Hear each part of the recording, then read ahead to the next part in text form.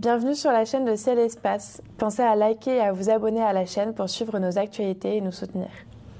Si vous souhaitez continuer votre découverte de l'univers avec Ciel et Espace, nous vous offrons 20% de réduction sur votre premier abonnement papier, premium ou numérique au magazine, avec le code Callisto.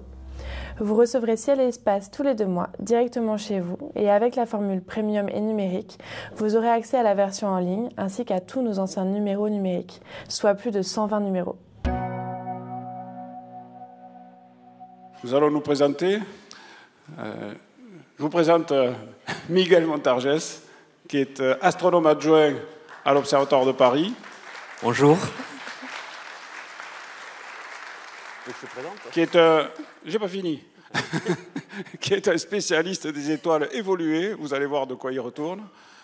Avec lequel j'ai fait plusieurs observations, mais on va vous en parler. Exactement, c'est le but de la conférence.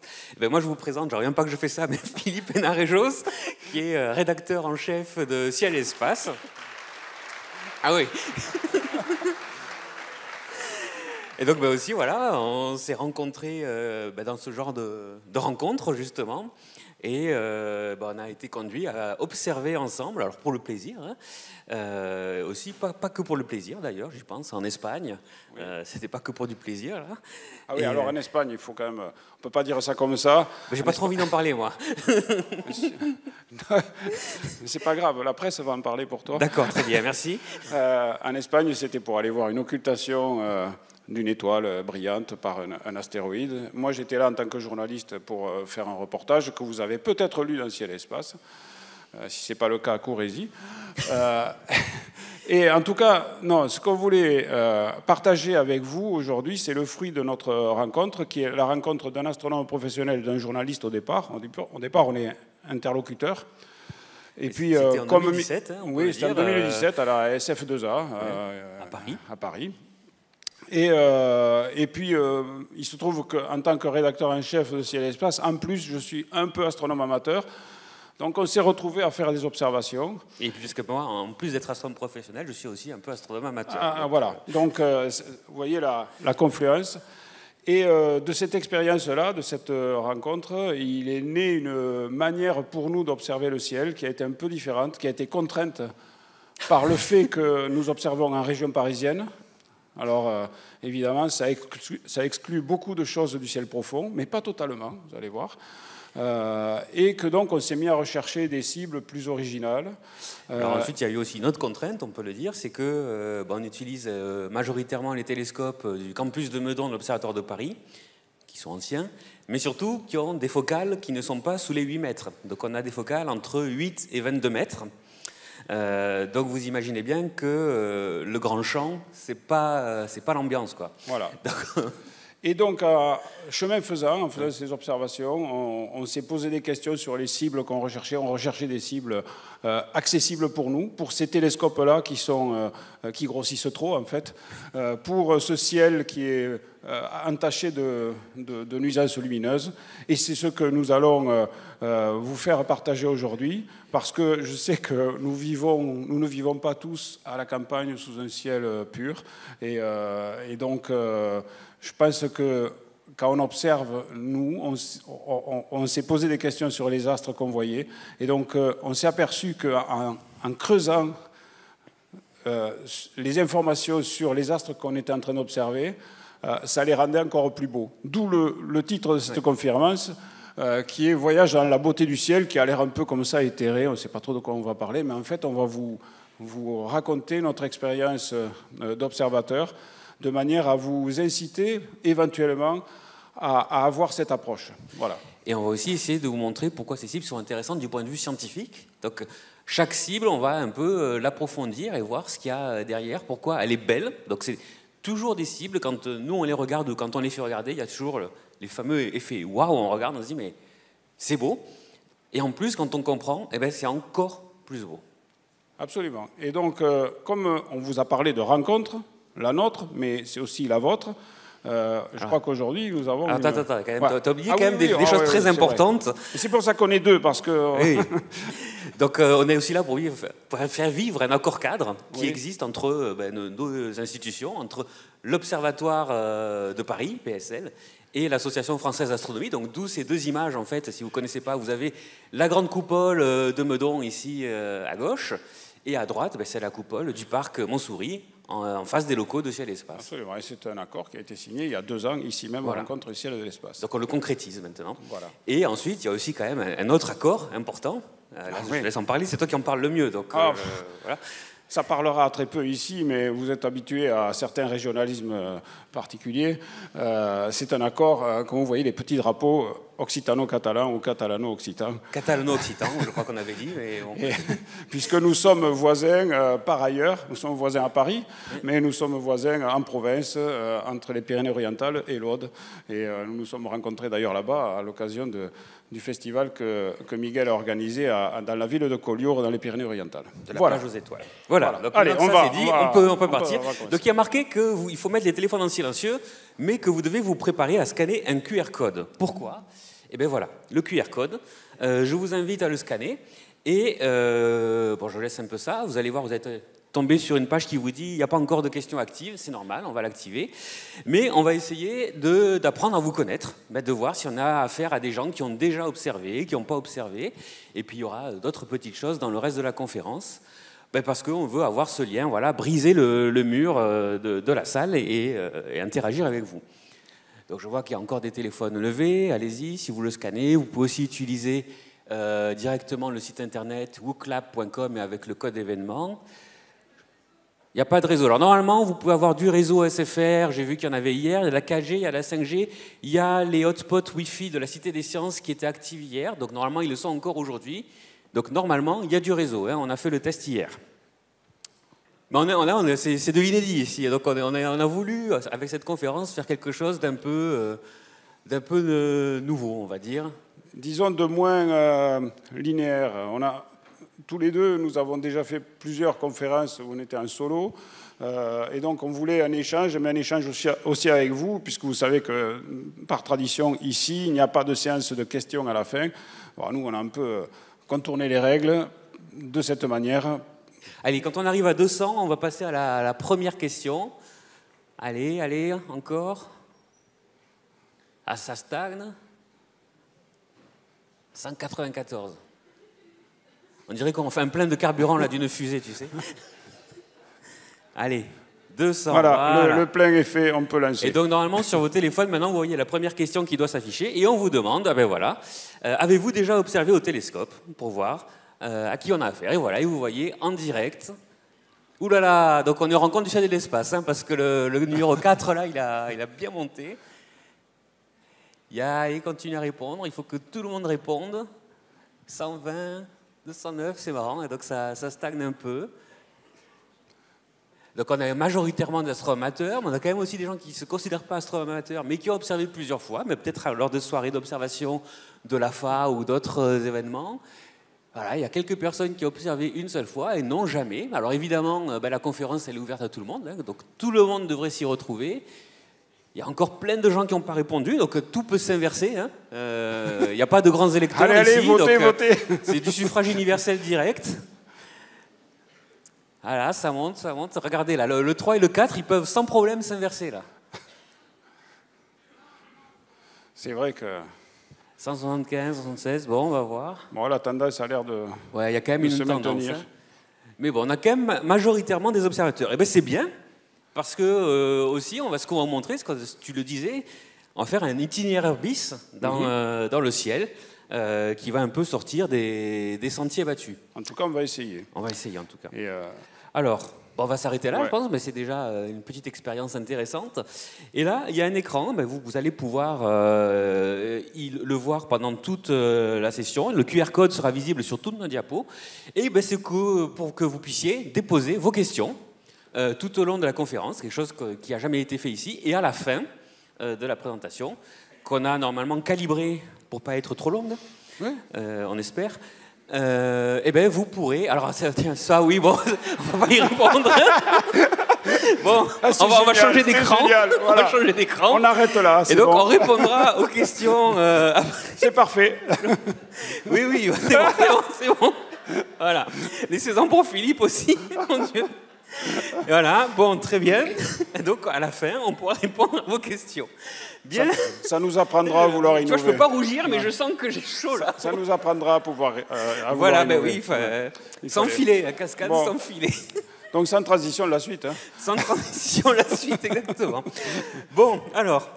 On va d'abord vous parler un peu de la Lune, parce que ce que nous regardons avec les télescopes, finalement, pour reprendre l'expression du grand vulgarisateur américain Carl Sagan dans les années 80, qui disait en préambule de sa série Cosmos, nous sommes, je me rappelle de cette séquence où il était au bord de l'océan Pacifique et on voyait la mer qui arrive avec les vagues, il disait nous sommes au bord de l'océan cosmique. Et donc nous allons mettre un orteil dans l'océan cosmique et nous allons commencer à mettre cet orteil par ce qu'il y a de plus près. Forcément, on est sur la plage.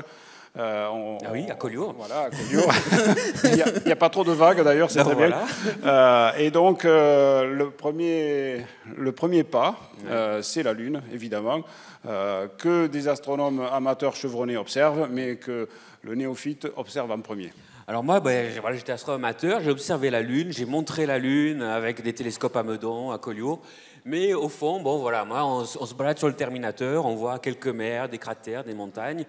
Mais ça m'a jamais vraiment fait rêver, ça m'a toujours un petit peu ennuyé. Là, cette photo, je l'ai prise avec un smartphone dans une des lunettes de recherche du télescope de 60 cm à l'Observatoire de Paris, à Meudon. Et bon voilà, on faisait la Lune surtout parce qu'il fallait, enfin moi en tout cas, parce qu'il fallait la faire. Enfin, ça m'ennuyait, vraiment. Et donc, il y a quelques années... C'est marrant, je te coupe juste, mais quand il dit « la Lune m'ennuyait », ça me rappelle ce que m'a raconté Bill Anders, l'un des premiers astronautes à faire le tour de la Lune, quand je lui ai demandé « alors c'était comment ?» Parce qu'il était le premier à voir la face cachée de la Lune lors de la mission Apollo 8. Il m'a dit « You know what? It's boring. » Voilà. « You understand what is boring ?» Alors j'ai dit « oui, bien sûr. » Il dit « It's hole in hole in holes. » Donc des trous dans des trous dans des trous. Donc c'était un peu ce que pensait Miguel aussi, bien qu'il n'ait pas fait le tour de la face cachée de la Lune. Et donc je pense que c'est en 2021, après les rencontres du ciel et de l'espace ici, qu'on a été observés ensemble. Et Philippe m'a appris à observer la Lune. Parce qu'en fait, alors c'est beau, on regarde, voilà. Mais quand on a quelqu'un pour nous guider dans ce voyage d'observation, ça prend une toute autre dimension. Déjà, c'est marqué là, c'est que toutes les nuits, c'est différent quand vous l'observez. Puisque la région intéressante, c'est le Terminateur, là, c'est la séparation entre le jour et la nuit. Chaque jour, elle se décale. Et même au cours d'une nuit, si vous y revenez plusieurs fois, ça se sera décalé. Vous pouvez voir le soleil se lever sur des régions lunaires ou se coucher sur d'autres régions lunaires. Donc c'est quand même sympathique. Et là, alors cette photo, toi, tu m'as fait remarquer mercredi, quand on a préparé ça, qu'il y avait des choses intéressantes. Par exemple, là, toi, tu m'avais dit, oui, ça c'est extraordinaire. Ça, c'est un des plus gros cratères de la face cachée, vous le savez, puisque vous êtes 45% d'astronomes amateurs. De la face visible, pardon. Vous voyez qu'on a raison d'être deux, quand même. Hein. On n'est jamais trop prudent. C'est le cratère Clavius, donc la plupart d'entre vous ont reconnu. Et il est quand même assez rare de pouvoir observer au moment précis où la phase est telle que le fond du cratère est pratiquement complètement dans l'ombre. Il y a juste 2 des cratères secondaires. Vous savez qu'il y a un petit chapelet de 4 cratères et plus qui sont observables et que les amateurs essayent de voir et de photographier pour montrer qu'ils arrivent à faire de la bonne résolution et des images résolues. Mais là, au moment où cette photo a été prise, par hasard, c'était comme ça, le cratère Clavius est complètement dans l'ombre et ça lui donne un aspect finalement assez inhabituel par rapport à ce qu'on voit surtout le centre est éclairé, par contre. C'est ça qui est fabuleux. Et donc, ce qu'on voit aussi, c'est sur le Terminateur, il y a plein de régions qui sont dans la nuit, mais on a le sommet de montagnes ou des bords de cratères, tout le long, qui sont déjà allumés, parce que le soleil se lève plus haut, évidemment, au sommet des montagnes qu'à la base. Et rien que ça, déjà, c'est magnifique. Mais si on regarde au cours de la nuit, on peut voir le soleil se lever sur ces régions. Moi, j'ai vu une fois quelque chose d'incroyable. Le sommet d'une montagne qui était éclairé, donc on est plutôt dernier quartier, et qui s'éteint. Donc j'ai vu le coucher de soleil sur la montagne, sur la Lune. Donc c'est quand même extraordinaire. Et alors ensuite... ce qu'on a prévu de vous montrer, voilà, comment bien en profiter, on vient déjà de le dire. Évidemment, avec Philippe Hénarejos, on ne peut parler que de ça. Il faut une carte pour la Lune. Et vous voyez que cette carte, je pense qu'on l'a choisie un peu exprès. Il y a quelques noms, mais vous voyez que quand même, il y a pas mal de noms. C'est déjà bien chargé. Et vous voyez tout autour, de part et d'autre, des choses qui, moi, m'intéressent un peu, parce que je suis un peu monomaniaque quand je regarde la Lune aussi. C'est les sites d'atterrissage des missions lunaires. Alors, pourquoi regarder ça? Parce que c'est quand même loin, 380 000 km, on ne va rien voir. Et en fait, pas tout à fait. Avec ma tendance monomaniaque à vouloir regarder les endroits où se sont posés les humains sur la Lune, je me suis aperçu que ces sites-là, surtout pour les dernières missions, on pouvait les voir. On pouvait voir les endroits où les astronautes étaient allés. Alors, on ne va pas pouvoir voir le drapeau, les pas, etc. Je viens de me souvenir de la diapo suivante. Oui, j'avais oublié qu'il y avait ça. Ouais, exactement. Pourquoi on s'est lancé là-dedans? Mais bon, voilà. On en revient toujours à ça. Donc voilà, évidemment, on ne va pas voir des empreintes de pas sur la Lune. Et il y a beaucoup de gens, les gens qui doutent qu'on y a été, qui vous disent oui, voilà, on pointe les plus gros télescopes dessus et on ne voit rien. On ne voit pas le module lunaire, donc ça veut dire que ça n'a jamais eu lieu. Mais enfin, faisons un petit calcul. Alors, vous inquiétez pas, on est dimanche matin, 10h30, j'ai bien conscience, on s'est levé tôt. Il y a une multiplication et une division à faire. Et elles sont déjà faites pour vous, donc ça devrait aller. Donc, comment on fait pour calculer le plus petit détail qu'on peut voir avec un télescope? Eh bien, c'est cette formule-là, 1,22 fois la longueur d'onde divisée par le diamètre du télescope. Et donc, faisons une petite application numérique. Pour essayer de voir le Lunar Module, le LM. Donc il fait 4,27 mètres de diamètre, on regarde de dessus, hein, à 380 000 km. Donc si on fait le calcul, ça veut dire qu'en taille angulaire, ça fait 0,002 secondes d'angle, donc 2 millisecondes d'angle. C'est petit, hein, on est d'accord? Et donc, quel télescope il faudrait pour pouvoir voir ce genre de détails sur la Lune? On inverse la formule là-haut. Le diamètre, c'est 1,22 fois lambda divisé par la taille angulaire. Il faudrait un télescope qui fait 60 mètres de diamètre pour arriver à voir le module lunaire sur la Lune. Donc, pour rappel, le Grand Tecan, qui est actuellement le plus grand télescope optique en activité, donc qui est espagnol et qui est aux Canaries, comme son nom l'indique, il fait 10 mètres de diamètre. Et l'ELT, qu'on est en train de construire au Chili, sur le Cerro Armazones, c'est un télescope de 39 mètres de diamètre. Donc, aucun de ces deux télescopes n'a la résolution suffisante pour voir le module lunaire sur la Lune. Et quand bien même on aurait un télescope de 60 mètres, ce qui n'est pas prévu, si on le pointait sur la Lune pour voir le module lunaire, sans doute qu'on brûlerait un peu les détecteurs, puisque en plus de la résolution, un grand miroir, ça collecte beaucoup de photons, et donc le pointer sur quelque chose qui est extrêmement brillant, c'est pas forcément indiqué pour les instruments qui sont derrière. Donc on ne peut pas voir directement les modules, les empreintes de pas, les expériences laissées sur la Lune. Mais on peut peut-être voir d'autres choses. Tout n'est pas perdu. Diapo suivante. Voilà. Alors voilà, là, sur la gauche, c'est une photo que j'ai réalisée avec mon télescope de 200 mm, dont je suis assez content. Bon, il ne faisait pas tout à fait nuit, donc c'est pour ça qu'elle n'est pas très contrastée. Et vous voyez à droite une photo qui a été prise par l'un des astronautes de la mission Apollo 15, qui s'est posé sur la Lune en 1971. Et vous voyez que derrière le module lunaire qui s'est posé, et derrière l'astronaute, il y a une montagne. Et donc ce site-là, qui a été choisi à l'époque par l'astronaute David Scott qui commandait la mission, il a été choisi pour son intérêt géologique, est quand même un décor spectaculaire, puisque la montagne qui est derrière les astronautes mesure 3500 mètres de haut. C'est le mont Hadley Delta. Et donc, quand on voit la photo que j'ai faite, eh bien, ce mont-là, on le voit. Vous voyez le cercle rouge, je vais prendre le pointeur. Le mont Hadley Delta, il est là. Le module lunaire s'est posé là. Et ça, ce mont-là, qui était aussi, si vous regardez les sites consacrés aux missions Apollo, vous verrez cette montagne-là qui est encore plus spectaculaire, qui fait 1000 mètres de plus, qui fait 4500 mètres, c'est le mont Hadley. Et là, vous voyez qu'il y a une espèce de rivière. Alors, ce n'est pas une rivière, ça a été une rivière de lave, qui mesure environ 1 km de large, et que les astronautes sont allés explorer. Donc vous voyez qu'avec, finalement, un télescope, je dirais, moyen, relativement modeste aujourd'hui, 200 mm, avec un opérateur qui est très moyen, parce que...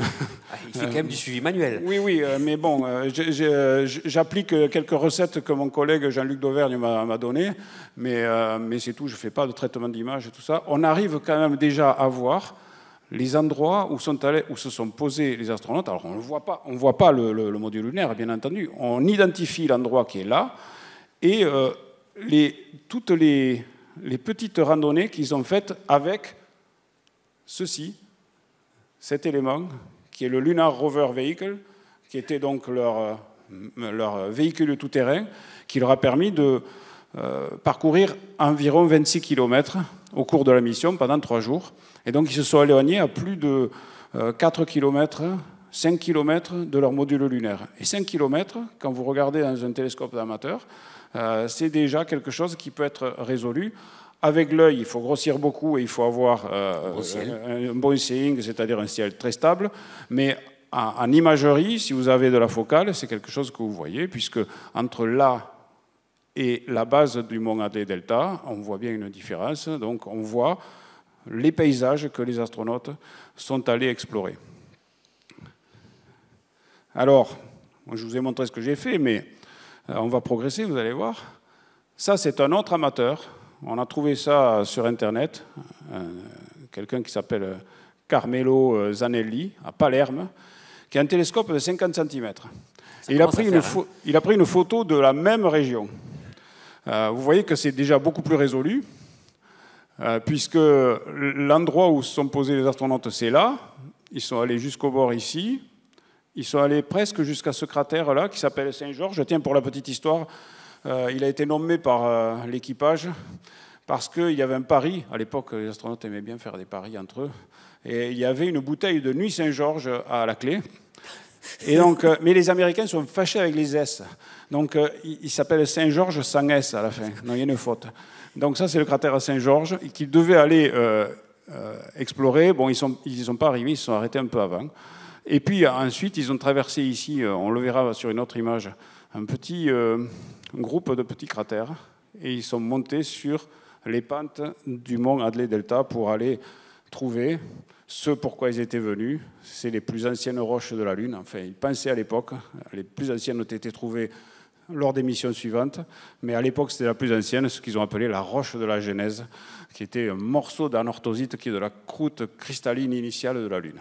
Voilà. Tout ça est expliqué dans un excellent livre que j'ai lu récemment.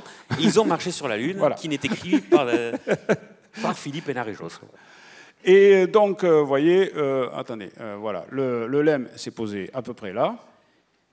Et cette image, il faut la comparer avec un autre observatoire qui existe, qui n'est pas sur Terre, qui est la sonde Lunar Reconnaissance Orbiter.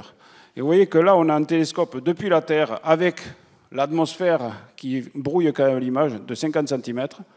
Et ici, on a un télescope de 19,5 cm, donc plus petit que le mien, mais qui se trouve en orbite à 100 km au-dessus de la surface lunaire. Et quand on compare les deux images, vous allez voir, c'est là où c'est intéressant. C'est là où nous, enfin, dans la manière d'aborder l'observation de la Lune, on essaie de trouver de nouveaux challenges, de nouvelles choses. Eh bien, vous allez voir qu'avec cette image, on peut visualiser le fait que les missions Apollo sont bien allées sur la Lune. S'il y en avait qui doutaient, on n'a pas fait le sondage, on ne le fera pas là-dessus. Parce que sur la photo de Lunar Reconnaissance Orbiter, qui est très résolue évidemment, vous avez l'endroit où les astronautes se sont posés, ils sont passés par là, ils sont allés voir ce petit cratère, ce groupe de cratères ici, vous l'avez là, le petit cratère est là. Et vous remarquez peut-être ici une tache blanche. Eh bien, sur cette photo d'amateur, elle y est là. Difficile à voir, mais elle y est. Et cette tache blanche, c'est quoi? C'est la poussière qui a été soulevée par le moteur de descente du module lunaire et qui a, en descendant, balayé une zone assez vaste, puisqu'il n'y a pas d'atmosphère sur la Lune. La seule atmosphère, c'était celle qui sortait du moteur, finalement, et qui a nettoyé, en quelque sorte, qui a mis à jour des poussières blanches, plus blanches que le sol habituel. Donc, vous voyez, c'est assez amusant parce qu'il y a des amateurs, avec certes un gros télescope, mais c'est des télescopes qu'on voit de plus en plus. Il y a plein de gens qui ont des Dobson. Il y en a là-bas. Il y en a là-bas, on en voit, vous pouvez en voir dans les travées. Eh bien, on peut s'amuser quand même à voir par soi-même qu'on a bien marché sur la Lune. Donc là, voilà, on a une preuve visuelle, depuis la Terre, que l'être humain a bien été sur la Lune et qui est accessible pas seulement aux professionnels. Donc c'est le genre d'observation que nous essayons de faire pour le plaisir et qui nous rapproche, si vous voulez, de ces paysages extraordinaires qui ont été visités. Alors on s'amuse à le faire aussi pour les autres sites d'observation, les autres sites explorés par exemple Chang 3 ou des choses comme ça. Donc voilà, le premier plongeon dans l'océan cosmique, c'est la Lune. Donc on n'est pas allé trop loin, mais maintenant on va s'éloigner tout Maintenant on va doucement. s'éloigner un peu. Hein. Alors, quand on observe, ça ne vous a pas échappé, je vous mets cette photo d'Uranus, qui est une planète pour laquelle, quand moi j'étais enfant ou adolescent, quand je lisais les livres d'astronomie, en gros, le message, c'était circuler, il n'y a rien à voir. C'est celui qui a été relayé très longtemps. Et il a été relayé par cette image-là, qui a été prise en 1986 par la sonde Voyager 2, qui est la seule sonde à s'être approchée de cette planète. Et après avoir visité Jupiter et Saturne, c'était la première fois qu'on les découvrait, ces planètes-là. Ça avait été extraordinaire. Eh bien, Voyager 2 arrive sur Uranus, à côté d'Uranus, prend cette série de photos, très résolues, et qu'est-ce qu'on voit? On voit une boule de billard, sans rien dessus. Et donc là, à l'époque, je me rappelle, c'était aussi décevant que ce qu'il y avait écrit dans les livres. C'est-à-dire que Voyager s'approchait d'Uranus et il n'y avait aucun nuage, rien à voir. Alors, je me rappelle que dans les mois qui ont suivi, avec des traitements en fausse couleur, on voyait des espèces d'auréoles rouges, orangées et tout ça. Parce qu'en fait, à l'époque, en 1986, ce qu'on voit d'Uranus, là, c'est l'un de ses pôles qui pointe vers la Terre. Parce qu'il faut vous dire une chose, c'est que cette planète-là, elle n'a pas une inclinaison comme ça ou droite. Son axe de rotation, il est quasiment couché. Il y a 2 degrés de différence avec son plan équatorial. Donc en gros, elle roule comme une boule de billard sur son orbite. Et donc, elle tourne en 84 ans autour du Soleil. Et ça veut dire que les saisons sont extrêmement longues sur Uranus. Et en 1986, quand un Voyager passe, eh bien, ce qu'on voit, c'est l'un des pôles qui pointe vers le Soleil, donc vers la Terre, et on ne voit absolument rien. Et donc, pendant des années, cette planète est restée inintéressante, et surtout, ça a été entretenu par Voyager.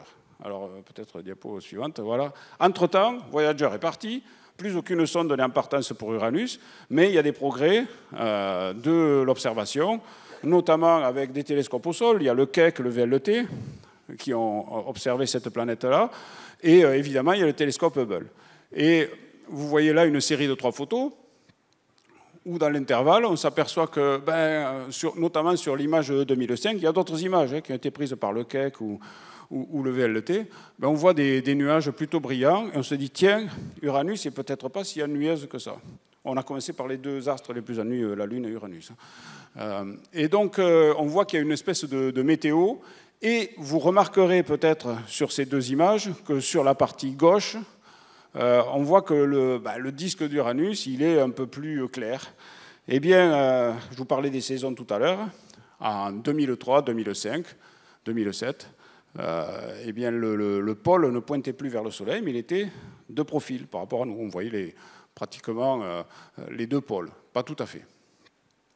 Et là aussi, je me suis dit, tiens, je vais regarder Uranus. Alors j'ai commencé à regarder Uranus avec un télescope de 150 mm. Ce n'était pas franchement encourageant parce que...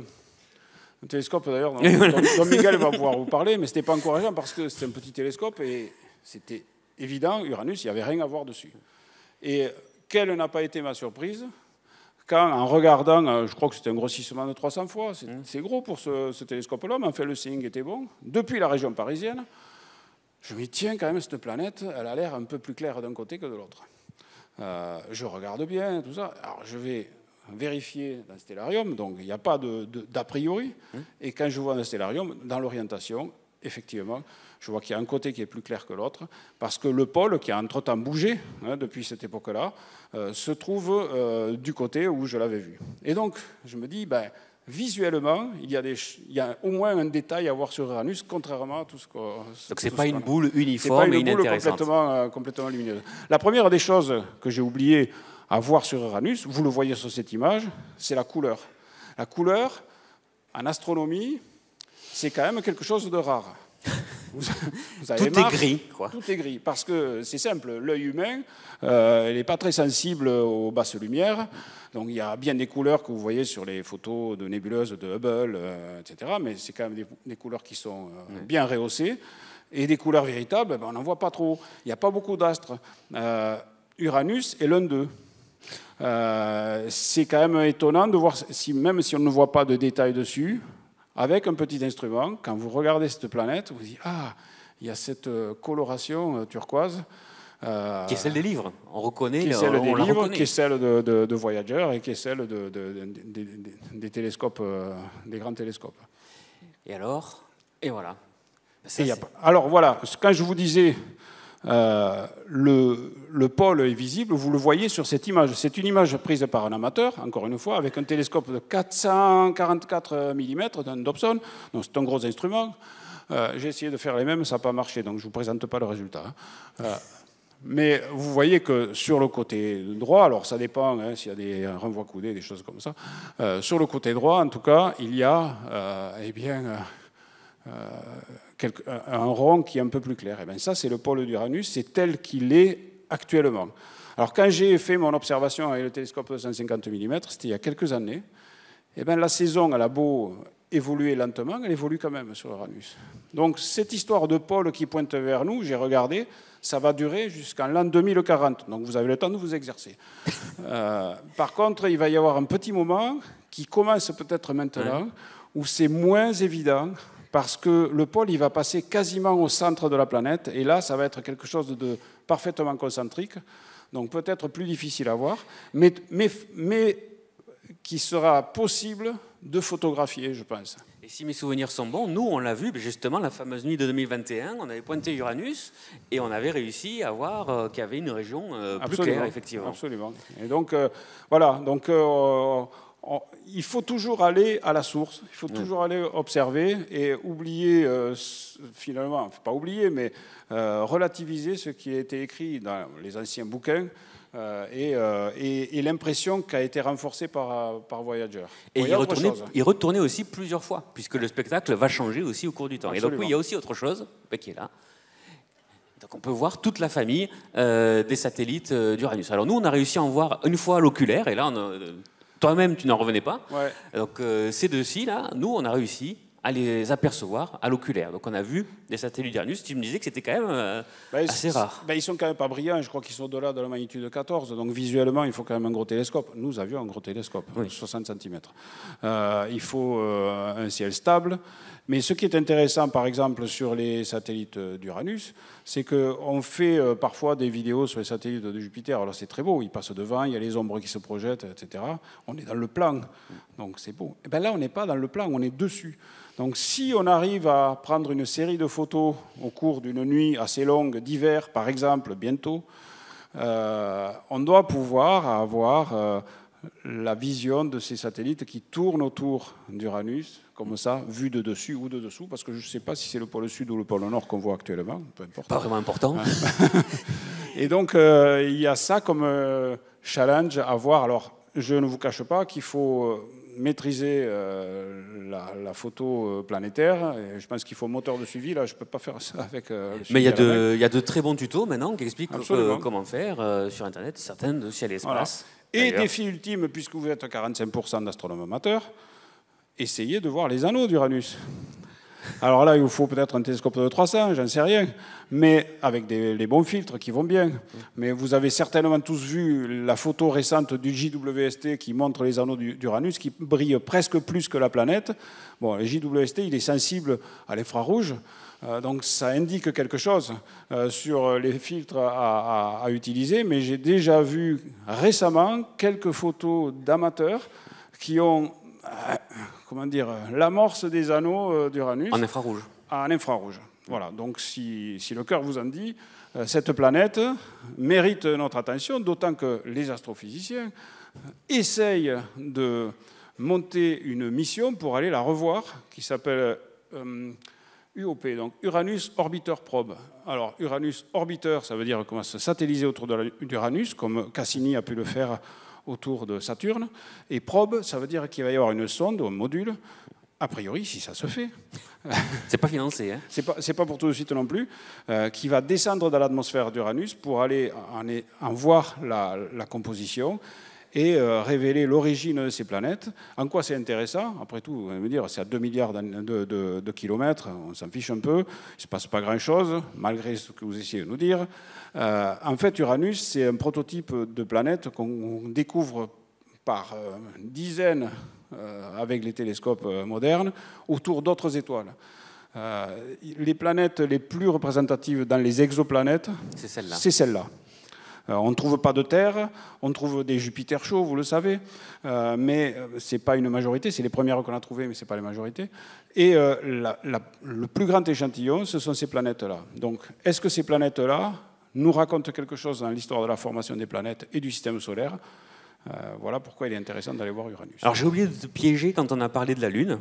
Surtout, tu ne m'as pas laissé le temps, à vrai dire. Mais donc là, je vais te piéger parce que c'est un truc qu'on a regardé, mais je ne me souviens plus. Il y a un moment où ça va être intéressant, alors ce n'est pas pour tout de suite, c'est quand on va pouvoir voir l'ombre des satellites sur la planète. Oui. Alors évidemment, ce n'est pas pour tout de suite. Non, ce n'est pas pour tout de suite. Donc j'ai dit qu'on en avait jusqu'en 2040, je pense que c'est au-delà. Oui, c'est au-delà, il me semble. Donc, on s'inquiétait de notre état quand on allait le voir. Disons que ça va être de l'ordre J'avais 2060 en tête, du temps où la comète de Halley va revenir. Voilà. Donc c'est mal barré quand même. Mais il faudra essayer. Voilà, il faudra essayer. Exactement. Alors là, on avance. Là, on va vous amener ailleurs, et là, je te laisse la parole. Voilà. Donc là, on s'éloigne du système solaire, évidemment. Donc là, on va viser une étoile qui s'appelle Télir. Et donc, c'est Philippe qui me l'a fait découvrir. On était au télescope de 1 mètre de diamètre à Meudon. Donc, on n'a pas besoin d'un 1 mètre de diamètre pour la voir. Moi, je l'ai vu avec un 15 cm. Mais voilà, c'est toujours cette histoire. On a des grandes focales. On ne peut pas faire des galaxies. On a essayé. On voit juste un bout du cœur. Donc, c'est pas intéressant. Donc, il faut chercher d'autres cibles. Et il me dit, Philippe, on va aller faire Télir. Tu vas voir, c'est une étoile carbonée bien rouge. D'ailleurs, juste parenthèse, moi, je ne l'ai pas découvert tout seul. Oui. C'est quelqu'un qui me l'a fait connaître, quelqu'un que vous connaissez certainement, qui s'appelle Emmanuel Baudouin, qui est un astronome amateur qui écrit dans Ciel et Espace des articles d'observation. C'est lui qui m'a dit « Ah, tiens, cette étoile-là, elle est très, très rouge. » Donc, je suis allé voir. Je me disais « Bon, l'étoile rouge, on en connaît. Il y a Antares, tout ça. » Eh bien, en fait, non. Et donc, voilà, c'est exactement ça. Moi, j'ai eu la même réaction. Je me suis dit, ouais, une étoile rouge, super. Moi, donc, j'étudie les géantes et les supergéantes rouges. Je connais un petit peu. Déjà, quand on regarde, c'est pas rouge, c'est orangé, doré parfois, mais c'est jamais rouge, quoi. Si vous avez regardé Antares, j'essaie de ne pas dire celle qu'il faut que je dise pas, justement, mais bon, d'autres étoiles, Gamma Andromède, où il y a de l'orange et du bleu, c'est toujours orangé. C'est jamais rouge. Donc, je dis, bon. On était avec la presse, alors là je me suis dit, tiens, il faut quand même que je dise oui, même si je pense que ça va être ennuyeux, il faut que je lui fasse plaisir. Donc on pointe le machin, alors à la main en plus, des coordonnées, c'est très difficile. D'ailleurs j'y réfléchis, je crois que c'est une fois où tu m'avais dit oui, à minuit et quelques, il y a Saturne qui sort, on pourra l'observer. Je t'avais dit non, moi à 11h30 je rentre. Et donc il rajoutait des cibles comme ça, là, dans la nuit, et après un moment il me fait, ah ben tiens, regarde, il est minuit 15, on peut pointer Saturne. Bon, donc je me suis fait piéger avec ça, mais c'était agréable de se faire piéger. Donc voilà. Télir, quand on la regarde, elle est vraiment rouge. Quand on la regarde, c'est le rouge des sièges sur lesquels vous êtes assis. C'est rouge sang, même presque quand on regarde. C'est un rouge qui est unique. Cette couleur-là, vraiment ce rouge-là, vous le voyez nulle part dans le ciel.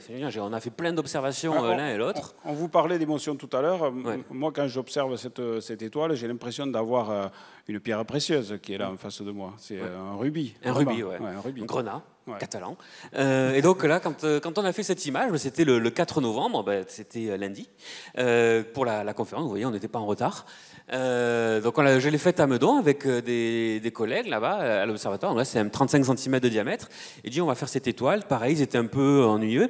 Et au moment où on la pointe, on la regarde à l'oculaire avant de mettre la caméra, et tout le monde se dit, waouh! Tout le monde a été surpris, il l'avait pas vu, et tout le monde a été surpris de la couleur rouge de cette étoile. Donc c'est vraiment quelque chose que je vous invite à aller regarder. Et alors pourquoi elle est rouge? Eh bien ça vient de la vie des étoiles. Donc là on est sur mon sujet favori. Donc vous savez, les étoiles, il y a deux façons de vivre. Si vous êtes sous les 8 masses solaires, c'est une vie de type solaire. Vous devenez une étoile de type solaire pendant 10 milliards d'années, géante rouge, former une nébuleuse planétaire en expulsant le gaz autour, il y a une naine blanche. Et au-delà de 8 fois la masse du Soleil, ça va être une géante bleue qui va devenir super géante rouge, puis qui va exploser en supernova et former une étoile à neutrons et un trou noir. Classique, ça c'est la première leçon qu'on a en astrophysique. quand on veut aller au-delà de l'observation. Bon, en vrai, tout ça est faux, évidemment, puisque c'est beaucoup plus complexe. Il y a plein de façons de vivre une vie d'étoile. Donc ici, vous avez les masses initiales qui augmentent, et ici, le temps qui s'écoule. Et vous voyez qu'on a plein de scénarios. Et en plus, tout ça, il n'y a pas les scénarios presque les plus fréquents, ou en tout cas qui arrivent assez fréquemment, pour les étoiles massives. C'est qu'une étoile, c'est rarement seule. Le Soleil, c'est un peu une exception. Souvent, il y a deux étoiles qui se tournent l'une autour de l'autre.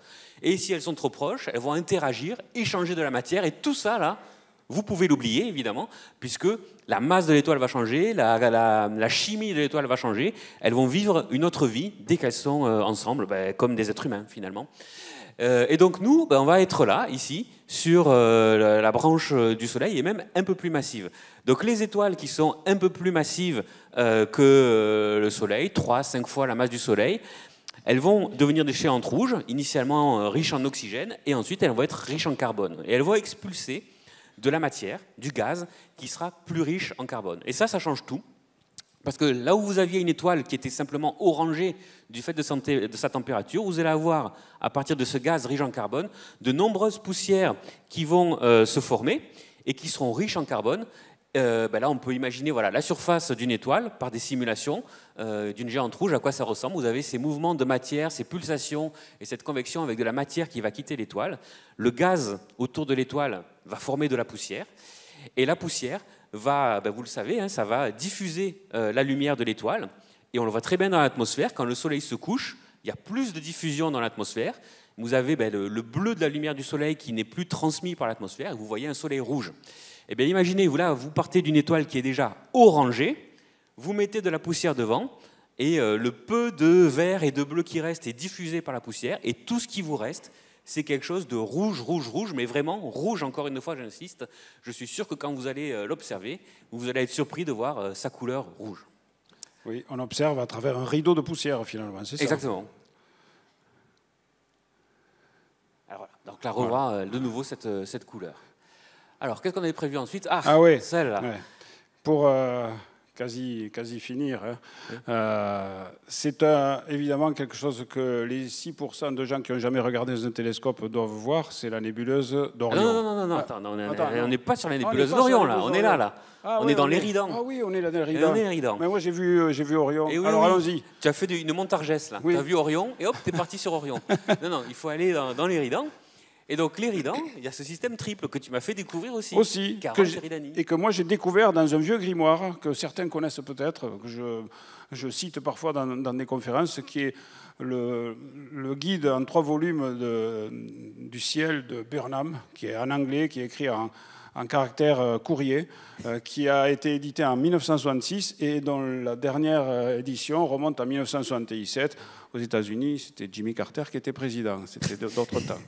Dans ce vieux grimoire qui est dépassé évidemment, il y a une source inépuisable d'objets à découvrir, à redécouvrir. Alors 40 Eridani, c'est un système triple découvert en 1783 par William Herschel, c'est quand même pas mal.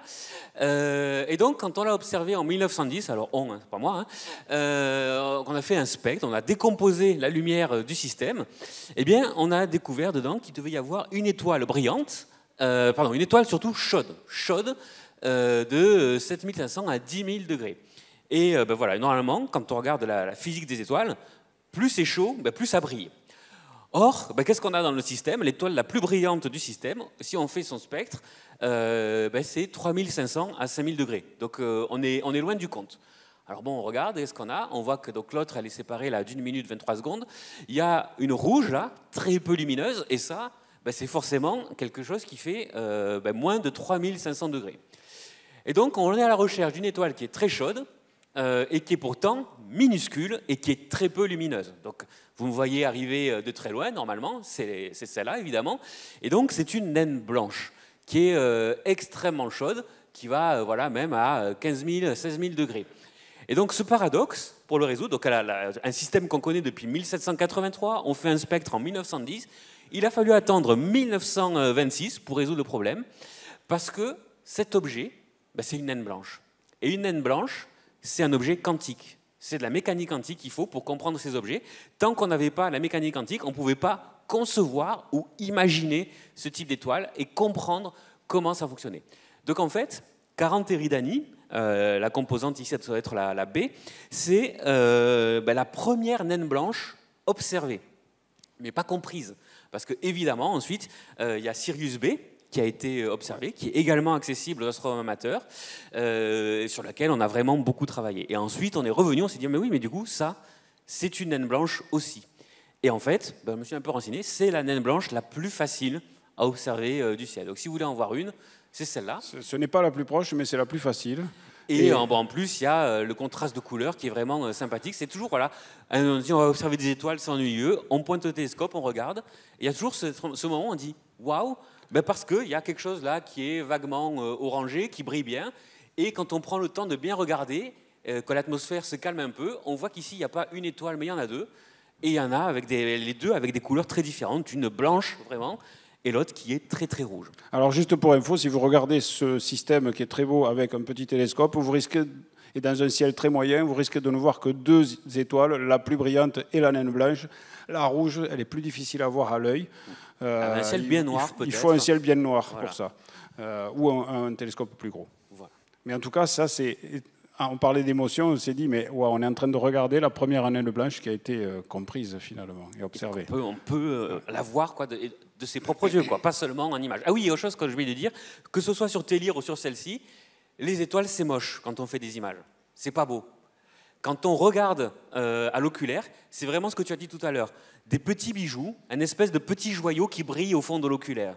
Et c'est vraiment beaucoup, beaucoup plus joli. Il y a cet aspect d'émotion où quand on regarde, on voit quelque chose qui a l'air...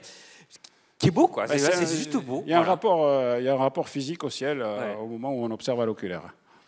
Et alors là, ensuite... Donc là, là on y va. On y va. On va sur Orion. Alors évidemment, moi j'aimerais qu'on aille plutôt par là, mais du coup on n'y va pas. J'ai rien dit, hein. J'ai pas dit le nom. Donc voilà, mais on va aller ici. Et donc là, bien connu des astronomes amateurs, je l'espère, la grande nébuleuse d'Orion, qui est vraiment, moi je trouve que c'est un papillon. Donc cette image, elle a été prise par le VCT. Et donc ce qu'on voit ici, c'est vraiment le début des ailes du papillon, là, qui commence à s'ouvrir. Et ici, on a le cœur de la nébuleuse d'Orion. Alors là, il y a plein de choses à voir. Alors déjà, peut-être dire ce que c'est le VCT, parce que c'est vrai que moi, je pars du principe que tout le monde le connaît. C'est le Very Catalan Telescope. Le Very Catalan Telescope, voilà. Télescope de 15 cm qui est installé à Collioure, chez des gens qui sont dans la salle actuellement. Donc c'est un petit télescope qui n'est pas très ouvert, puisque FD égale 15, c'est ça. Et donc, où on voit déjà pas mal de détails, et qui nous permet de rentrer dans le sujet, parce que cette nébuleuse d'Orion, on l'a vue, revue et revue. Ouais. Vous êtes en train de vous dire, mais qu'est-ce qu'ils nous font? Ils nous ont parlé d'itinéraire bis, et ils nous parlent de M42. Là, on est sur la route principale. Hein. Et en fait, oui, on est sur l'autoroute. Et en réalité, il faut prendre le temps d'observer. Orion, c'est un peu au ciel profond, est au ciel profond ce que la Lune est à la planétologie, finalement. Ouais. C'est quelque chose qu'on pense connaître, mais qu'il faut prendre le temps d'étudier. Et nous, on se dit qu'il y a deux choses à voir, à essayer de voir. Trois. Vous voyez, exact. Vous voyez au centre, là, il y a 4 étoiles. Vous savez ce que c'est le trapèze d'Orion. Alors ces 4 étoiles sont 4 étoiles jeunes, massives, qui font briller la nébuleuse par leur rayonnement. Elles viennent de naître. Eh bien, quand on regarde même avec un petit télescope, si on regarde bien, si on grossit un peu, on s'aperçoit qu'elles ne sont pas 4, mais qu'elles sont 6. On voit. Là, on les voit. Hein. Donc là, il y a celle-ci qui a la copine qui est là, et celle-ci, on voit qu'il y en a 2. Donc en fait, on a vraiment 6 voilà, donc étoiles. On peut s'amuser à essayer de chercher des étoiles plus faibles. Déjà, essayer de trouver ces 2 étoiles supplémentaires, c'est un petit challenge à l'œil, parce qu'en photo, vous pouvez y arriver assez facilement. Mais à l'œil, avec un télescope de 150 ou de 200 mm, c'est pas forcément évident, parce qu'il va vous falloir aussi un bon seeing. Ouais. Il ne faut pas que ça soit trop turbulent, sinon ça se délaye. Et donc, une fois que vous avez réussi ça, vous pouvez essayer d'aller plus loin. Moi, il y a quelque chose que j'aime beaucoup, c'est ça, la barre. La barre d'Orion, donc elle est étudiée par des scientifiques, en particulier à Orsay, avec le James Webb. Mais là, ce que vous pouvez voir, donc tout ça, normalement, si vous le regardez à l'oculaire, à l'œil, c'est gris. C'est le fameux gris des nébuleuses qu'on connaît bien. Hein. Mais ça, le rouge qui est là, le rouge H-alpha de l'hydrogène, on peut le voir. Moi, je l'ai déjà vu dans de bons ciels. Ouais. Là, ce qu'il faut, c'est que le ciel soit bien noir et qu'il n'y ait pas le moindre voile d'altitude. Et bien là, on peut bien voir ici la couleur rouge et par contraste, ça qui apparaît vert. Et c'est rare de pouvoir voir à l'œil la couleur d'une nébuleuse. On dit toujours, mais c'est des vraies couleurs, c'est des vraies couleurs. Donc là, oui, c'est des... Oula, ça, c'est des vraies couleurs. Et là, ici, ce rouge, vous pouvez vous en convaincre, vous pouvez réussir à le voir. Et alors, de façon ultime, si on creuse un peu plus, on se dit qu'est-ce qu'on peut voir? Alors, allons-y. Notre image, bien que très réussie, n'est pas la meilleure du monde. Ah ben ça, clairement Et pas. Mais la meilleure du monde, elle est là. C'est une image qui a été prise par le télescope Hubble. Et vous voyez qu'on voit des choses depuis des années. Depuis des années. On voit des choses que les astronomes, au début, ont appelées les proplides. Donc, c'est ces petites choses-là. Et vous voyez qu'on fait un zoom, c'est des nuages. Il y a des astres au milieu. Voilà, comme ça. Ben, on s'est demandé, est-ce qu'on peut voir ça? Alors, on avait un gros télescope, certes. 15 cm, c'est pas non plus... Non, mais ça, c'est photographiquement. Visuellement, c'est difficile, mais on voit, quand vous observez la nébuleuse d'Orion, vous voyez que sa surface n'est pas uniforme. C'est marbré. Il y a des zones un peu sombres, d'autres plus claires.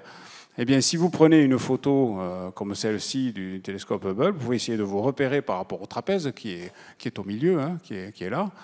Et vous pouvez essayer de voir ces choses-là, y compris en photo. Et regardons cette photo, par exemple, qui est tout à fait moyenne.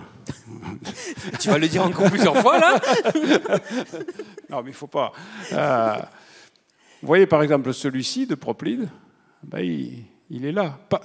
Pas là, il est juste à côté, là. On le voit, on le devine. Alors, je vous invite à regarder vos propres clichés, puisque vous êtes... 45% d'astronomes amateurs, peut-être dedans il y en a 30% ou 60% qui font du ciel profond. Ouais. Regardez vos clichés qui sont peut-être plus résolus que celui-ci et je pense que vous pouvez essayer de voir ça et vous pouvez les mettre en évidence. Tout ça pour vous dire que les merveilles qu'on voit aussi parfois dans le télescope, grâce au télescope Hubble ou JWST, mais plutôt Hubble parce qu'il regarde dans le visible, elles ne sont pas totalement inaccessible. Ouais. Le ciel, il est là, et on peut, nous aussi, le voir. Alors, attends, il y en a un autre aussi qu'on voit, là, il me semble. Celui-là, là, ici, qui est par là, il est en fait dans le creux qui est juste à côté de cette étoile. Il est par là. Et donc, un truc aussi, je viens de penser, qui pourrait être intéressant, que j'ai jamais vraiment vu chez les astronomes amateurs, c'est que maintenant, on a des caméras CCD depuis longtemps. Mais je pense que là, les gens qui ont commencé à observer dans les années 80, 90, si vous refaites des images maintenant et que vous comparez, vous devez pouvoir aussi arriver à commencer à avoir peut-être un peu d'expansion du gaz dans certaines régions, sur des nébuleuses planétaires. Il ne faut pas ouvrir la boîte de Pandore comme ça, parce que sinon il ne faut pas me lancer sur ce sujet. Ah d'accord, ok. Parce que c'est un sujet que nous avions traité dans Ciel et Espace et sur le web. Effectivement, il y a des nébuleuses, je ne pense pas à Orion, non, mais il y a des nébuleuses comme la nébuleuse du Crabe M1 où c'est quelque chose qui est visible. Alors évidemment, il faut du temps. Entre les et surtout, il faut bien aligner ces images. Mais c'est visible. Ou même M57, certains l'ont mis en évidence. Peut-être on va skipper le... Tu veux qu'on se vite fait quand même. Si jamais on veut du temps pour répondre 30 secondes, je veux dire ça. Ouais. Au moins ça, on ne va pas faire l'autre, mais au moins celle-là. Un truc aussi qui est sympa et facile à observer, c'est quand les astres s'alignent. Et donc là, c'est une galerie de compositions d'observations que j'ai réalisées, certaines avec Philippe, d'autres pas. Et on voit évidemment ce qu'on appelle des occultations. Alors cette occultation-là, bon, c'est facile, mais c'est rare. Il faut y aller. Donc ça, c'est l'éclipse du mois d'avril de cette année, la Lune qui passe devant le Soleil. Ça, c'était 2012 où la Lune était passée devant Jupiter. Donc là, c'est après. Et là, c'est fabuleux. On avait les lunes de Jupiter et on avait la planète elle-même. Ça, c'était décembre 2022, le 8 décembre, voilà. On voyait la Lune et ici la planète Mars. Ça s'est fait avec mon appareil photoréflexe au foyer d'un télescope de 60 cm. Donc là, il y a pas mal de turbulences qui nous floutent ça. Mais c'est un challenge assez difficile à photographier si on ne veut pas tricher, parce que là, on a quelque chose de très, très, très brillant, la Lune, évidemment, et là, quelque chose qui est beaucoup plus faible. Donc avoir la bonne dynamique pour faire quelque chose, c'est pas évident. Et celle-là, on a eu des sueurs froides.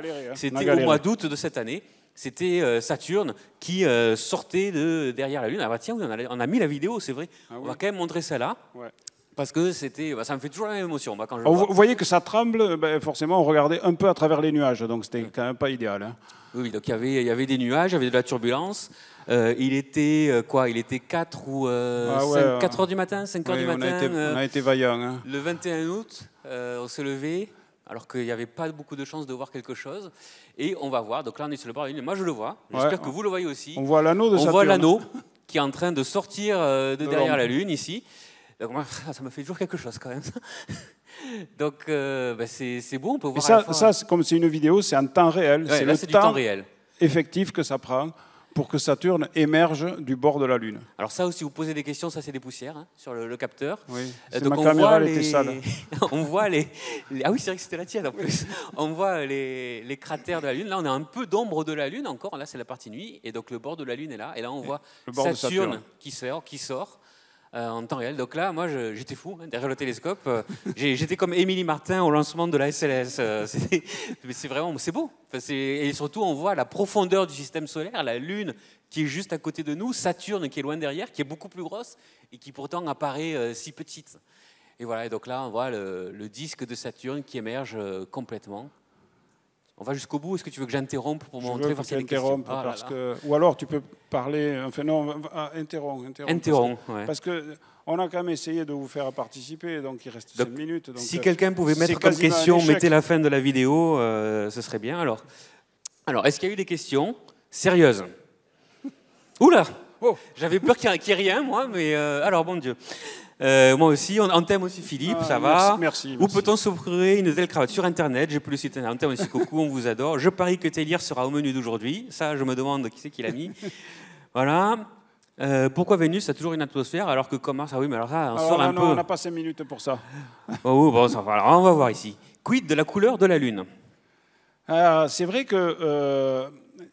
il y a des amateurs qui font des poses avec plusieurs filtres, etc., et qui arrivent à voir les nuances de la Lune. La Lune, c'est gris, mais vous voyez que ce n'est pas un gris uniforme. Il y a des mers qui sont sombres et il y a des régions cratérisées qui sont plus claires. Et parmi tous ces nuances, il y en a d'autres avec différentes couleurs. C'est possible de les faire ressortir, mais c'est difficile. On peut les percevoir au télescope, dans un 200 mm, quand on regarde bien. On a cette perception, mais c'est quand même très gris. La Lune, ça ressemble, c'est un champ de lave, hein, grosso modo. Et c'est assez sombre si vous êtes allé vous promener sur des régions volcaniques. Alors, il y a plein de questions observationnelles. Alors déjà, on peut observer la Lune. Alors, le drapeau, on a répondu finalement. Ouais. Quel smartphone la photo de la Lune a été prise? Pixel 4a de Google, mais en fait, ça marche avec n'importe lequel. Ce qu'il faut, c'est bien aligner la caméra du téléphone avec la pupille de l'oculaire. Ça, c'est la partie la plus difficile. Tapoter sur l'écran pour qu'il fasse bien la mise au point, non pas sur le bord de l'oculaire, mais sur ce qu'on voit au fond, donc sur la Lune, et prendre la photo sans trembler. Donc maintenant, il y a des petits adaptateurs qui sont vendus pour fixer des smartphones à l'arrière des oculaires. Et ça, à mon avis, ça simplifie énormément les choses. Je vais en acheter un.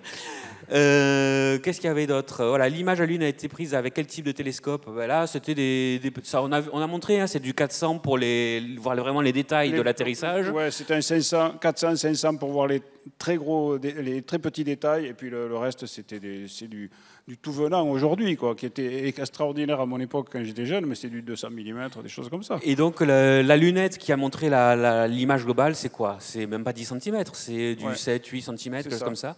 Alors on me demandait quel oculaire il y avait derrière cette lunette. J'en ai aucune idée, puisque c'est un oculaire qui est installé sur cette lunette depuis 50 ans, et on n'y touche pas. La Lune, un objectif ennuyeux, triste à vie, ben oui, je sais. Ouh là là, mais la Lune, évidemment, voilà. Qu'est-ce qu'il y a d'autre chose? Uranus. Est-ce que le LT pointera son objectif sur Uranus? Sans aucun doute. Et si oui, verra-t-il mieux que Uranus, que JWST, HST? Alors, là, c'est mon domaine. Oui. Le LT, on a vu 39 mètres de diamètre. HST, donc Hubble, 2 mètres et quelques. Et James Webb, 6 mètres. Donc, évidemment, on verra plus de détails, puisque la taille du télescope va nous définir la finesse de l'image. Alors il y a quelqu'un qui disait oui, mais il y a la turbulence atmosphérique. Mais heureusement, au LESIA en particulier, et ailleurs aussi dans le monde, on développe l'optique adaptative qui sera installée sur le LT et qui permettra de faire comme si ce télescope de 39 mètres de diamètre, on l'avait satellisé en orbite de la Terre pour vraiment s'affranchir des défauts de l'atmosphère. Donc on verra des détails incomparables grâce à le LT. Il nous reste 1 minute. 1 minute, il faut choisir la question. Ouais. Mais il y en a, je ne sais pas, choisi, parce que là, c'est moi qui choisis. Là, c'est terrible. Tiens, une question pour toi. Avec quel diamètre peut-on résoudre le diamètre des 3 étoiles? Peut-on résoudre les 3 étoiles? Ouais.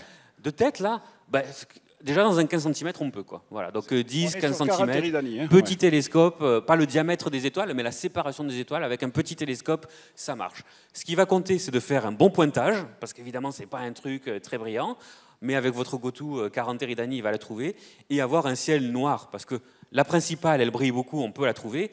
Les deux petites, c'est un peu plus subtil. Leur séparation ne pose pas de problème pour être vue dans n'importe quel instrument d'amateur. Quelle constellation? Quelle constellation? Éridan. L'Éridanie. C'est la rivière Éridan qui traverse tout le ciel. Qui est à droite d'Orion. Allez, la dernière. Une variable irrégulière, tout à fait. Donc là, elle était à magnitude 8, donc elle était parmi le moment du cycle où elle est la plus brillante. Donc là, c'est le bon moment pour aller l'observer si vous trouvez un endroit où il n'y a pas de brouillard.